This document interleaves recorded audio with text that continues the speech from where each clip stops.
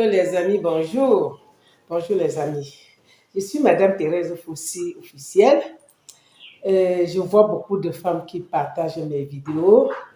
Je vois beaucoup de hommes qui partagent, les jeunes, les enfants qui écoutent mes vidéos. Je voudrais vous dire merci. Merci infiniment.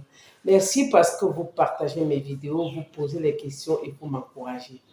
Ça me fait du bien parce que je ne peux pas parler si les gens n'ont pas posé des questions. C'est vos questions qui me poussent à réfléchir mieux et de répondre à vos questions. Et chaque fois que je réponds à vos questions, ça me donne mon épanouissement. Mais aujourd'hui, je vais engager un sujet des femmes qui dit tout que je n'ai pas le temps, je suis occupée, je ne peux pas faire ça, je ne peux pas faire ça. Non, je vais dire aux femmes que tout c'est l'organisation. Tout c'est l'organisation.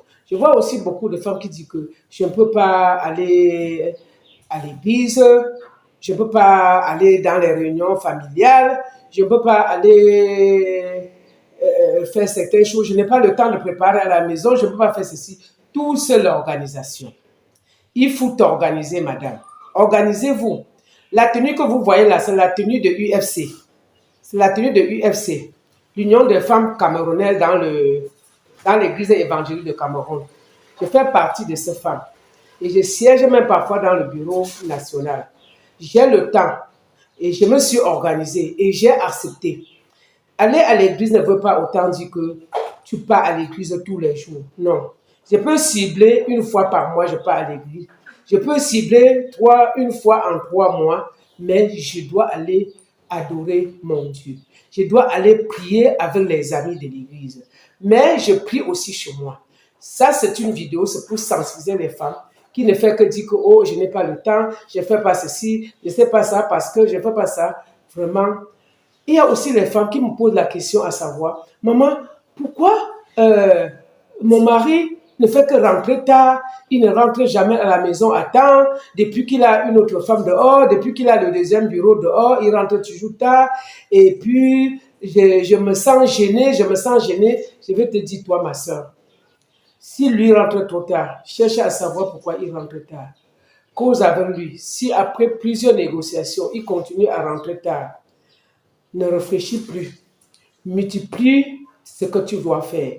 Multiplie tes occupations. Quand tu vas être trop occupé pour ton travail d'abord, si tu pars aussi souvent dans les défilés des femmes, tu peux aussi le défilé, tu rentres fatigué, tu dors. Parce que vous m'avez vu avec la dernière vidéo, j'ai parlé des femmes bansois, avec la tenue des femmes bansois, parce que je passe souvent au défilé quand j'ai le temps. Mes mamans bansois savent que quand je ne viens pas, c'est parce que je suis occupée. Mais quand j'ai le temps, quand c'est là où je peux, je pars.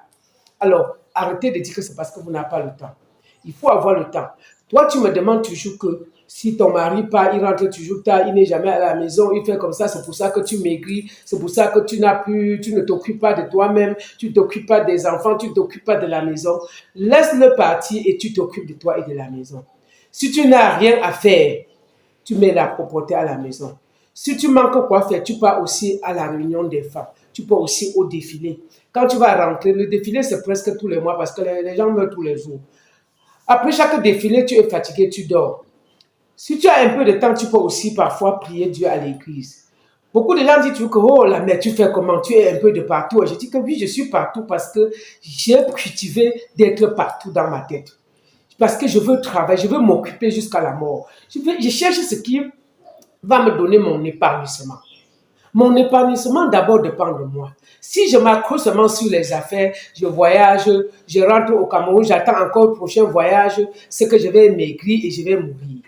À cause de ça, maintenant, je dis non, pour ne pas rester attendre le jour que je vais voyager ou aller seulement m'asseoir dans ma boutique, je dois créer d'autres activités autour de moi. Les petites activités, c'est d'être aussi parmi les femmes de chez moi. Avoir aussi ma tenue des femmes et aller aussi à leur danse. Souvent pour mon épanouissement, parce que quand je pars danser avec les mamans, ils chantent les danses du village, je chante, ça me plaît. Maintenant, quand je pars faire la chorale, je fais la chorale avec les femmes UFC, que je profite pour saluer mon pasteur et tous les anciens de l'église et les conseillers et tous les membres de l'église, que je suis à l'église évangélique de Cameroun depuis 18 ans. Depuis 18 ans. Imaginez mon âge jusqu'à aujourd'hui. Ça veut dire que je suis restée fidèle. Je n'ai jamais changé de l'église. Mais pour toi, ma sœur, qui passe tout ton temps à dire que tu es écrit parce que ton mari ne rentre pas tôt, il ne fait pas ceci. Mais à un moment donné, il faut comprendre que tu ne peux pas contrôler un homme. Tu ne peux pas le contrôler. Et s'il décide de rentrer tard, la seule chose que tu peux te dire, c'est d'être à la maison d'abord pour t'occuper des enfants, occuper de toi-même et aller aussi dans les chorales UFC, parce que si tu pars adhérer dans la chorale UFC, parfois quand les mamans partent danser, tu pars aussi dans les réunions de village, quand on part danser, tu pars aussi. Ne reste pas à la maison, on réfléchit seulement que, oh mon mari, il va rentrer à quelle heure, il a fait comme ça. Ça va te pousser d'aller chez le marabout. Et quand tu vas aller chez le marabout, maintenant, on va te donner le remède pour venir charmer ton mari. Maintenant, pour le charmer, pour qu'il ne parte plus chez les tisas, il va toujours partir. Parce que le remède, là, ça finit, ça peut travailler un homme même pour 10 ans, pour qu'il se rende compte. Ce n'est pas l'effet est là. L'effet est là. Maintenant, si toi, la femme, tu n'es pas cultivée dans la tête, tu vas aller chez le marabout. Le marabout est qui? Il est menteur. Le seul remède que le marabout va te donner, c'est de te dire qu'il y a les moyens de te laver, de faire ceci pour lui couper chez cette femme-là. Tu n'auras pas de remède à couper un homme chez quelqu'un. Il n'y a pas le remède. Le remède, c'est d'être à la maison et prendre soin de toi et t'occuper de toi et des enfants. Il reviendra seul parce que le parcours de dehors est très long. Alors, pour toi, ma soeur, qui dit que je n'ai pas le temps de faire ceci, je ne peux pas préparer pour aller donner à ma belle-mère, je ne peux pas préparer pour aller donner à mon beau-père, je ne peux pas avoir le temps de rester à la maison préparer parce que je cherche l'argent. On vous a dit que quand on cherche l'argent, on ne prépare plus à la maison. On vous a dit que quand on cherche l'argent, on prépare qu'on mange qu'au restaurant. Quand on cherche l'argent, on doit avoir aussi le temps de préparer chez toi. Si tu te réveilles le matin et que tu as une ménagère, je prends le cas de ceux qui travaillent, et que tu as une ménagère à la maison, tu organises tout, tu dis que voilà comment on va faire. Si la ménagère prépare mal, tu vas faire comment? Tu ne dois pas rentrer le soir, avoir honte toi-même de manger. Alors c'est mieux que toi-même, tu essaies d'être à côté. La ménagère, en faisant, tu vois, tu la prends, au lieu de gronder la ménagère qu'elle a mal fait. Je parle ainsi, c'est vrai que je touche un peu de beaucoup de choses parce que c'est le sujet des femmes qui veulent savoir comment ils vont faire quand leur mari rentre toujours tard. Quand il rentre toujours tard, je dis bien que tu restes à la maison. Et vous avez aussi d'autres problèmes, c'est que vous voulez aller même là où elle est partie chez le tisa, la taper. Taper même la tisa. Vous perdez votre temps. Restez à la maison. Je vous conseille de ne pas aller à les églises réveillées pour vous créer des problèmes. Allez dans la chorale UFC parce qu'il y a même des concerts là-bas. Je ne fais pas la publicité, hein. Moi, je parle de ce qui est vrai. Là-bas, c'est des mamans nobles, des mamans responsables. Ils te donnent des bons conseils et ils t'amènent à vivre une vie normale. Il ne veut pas détruire ton foyer, il va plutôt te dire de prier. Effectivement, tu vas beaucoup prier pour ton mari, mais tu ne peux que prier en restant à la maison. Tu ne peux pas prier jusqu'à aller arrêter faire la bagarre en route. Donc, ma fille, toi qui m'écoutes et que ton mari ne reste pas à la maison, il rentre toujours tard.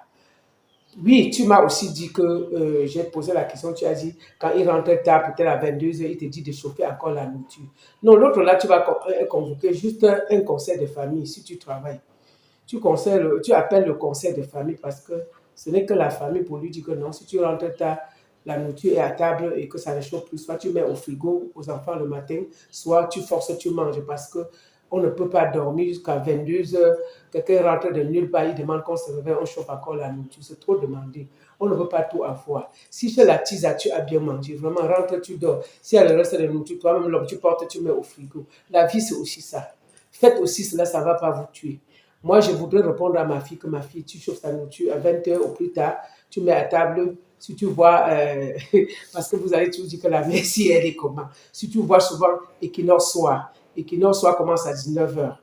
À 20 heures, il a le journal de 20 heures. Ça finit à 21 heures. Si à 21 heures, il n'est pas là, tu chauffes, tu sais à table, tu couvres et tu peux dormir. Il ne va rien faire. Si tu fais comme ça 2-3 fois, il va s'habituer et ça va aller. Ma chérie, le parcours n'est pas facile.